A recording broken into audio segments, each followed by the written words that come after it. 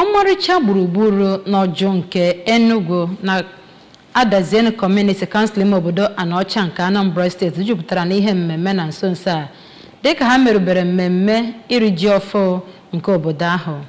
Ya bụ mmemme omenala bụ nke gosipụtara iweta na njedebe oge ịkọnye ihe n'ala nakwa mmalite nke owuwe ihe ubi.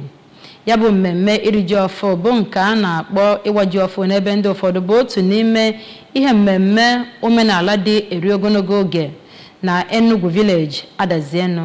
Onye ọla bụ Blessing Dennis gara ya bụ mmemme iri ji ọfụ nke ndị Enugwu Village Adazi o wetara anyị akụkọ ka o si gaa. Ya bụ mmemme ahụ bụ nke were ọnọdụ n'ụlọ ezumezu obodo Enugwu nke dọtara ndị ji okwu ha agba izu gụnyere ndị na-eso igwe n'azụ, ndị otu nze na ọzọ, ndị ntorobịa na ndị agbọghọbịa. Ya bụ obodo ahụ bụ ndị jikọrọ aka ọnụ wee kpee ekpere maka nnukwu ihe akụkụ ha kụpụtara n'ala ma kpekwa ekpere ka Chineke nye ha ogologo ndụ. Ya bụ egwu nke na-aga n'elu eji egwu ọdịnala na-agbakwu ya kepụtara omenala Igbo.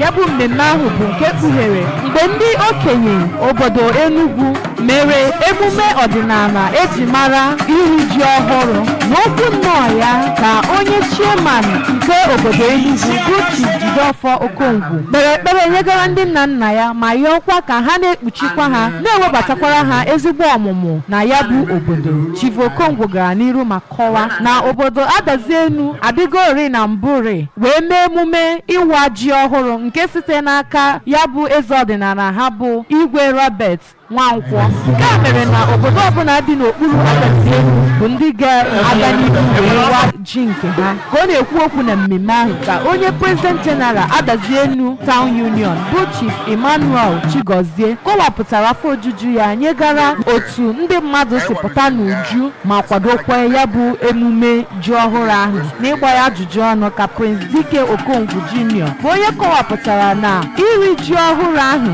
abụrọ sọnsọ mmemme mana ọ bụ ọdịnala eji mara ha. N'aka nke ya ka onye chairman Adazi Town Union Lagos branch bụ Chief Chukwuneke Ego Felix kọwara na ya bụ mmemme bụ nke na-egosi mbido omume ihe ubi ma kọwapụta na ụdị mmemme a ha na-eme bụ nke na-ejikọ ma na-ewepụtakwa ejiri mara ha. Mmọnwụ dị iche iche, egwu ọdịnala, mbem, inye ndị ntorobịa onyinye n'efu bụ ihe bịara na njedebe na mmemme ahụ site n'ime obodo Enugwu Adazi nke dị na okpuru ọchịchị Anaọcha. Blessing Dennis maka akụkọ ụwa ABS.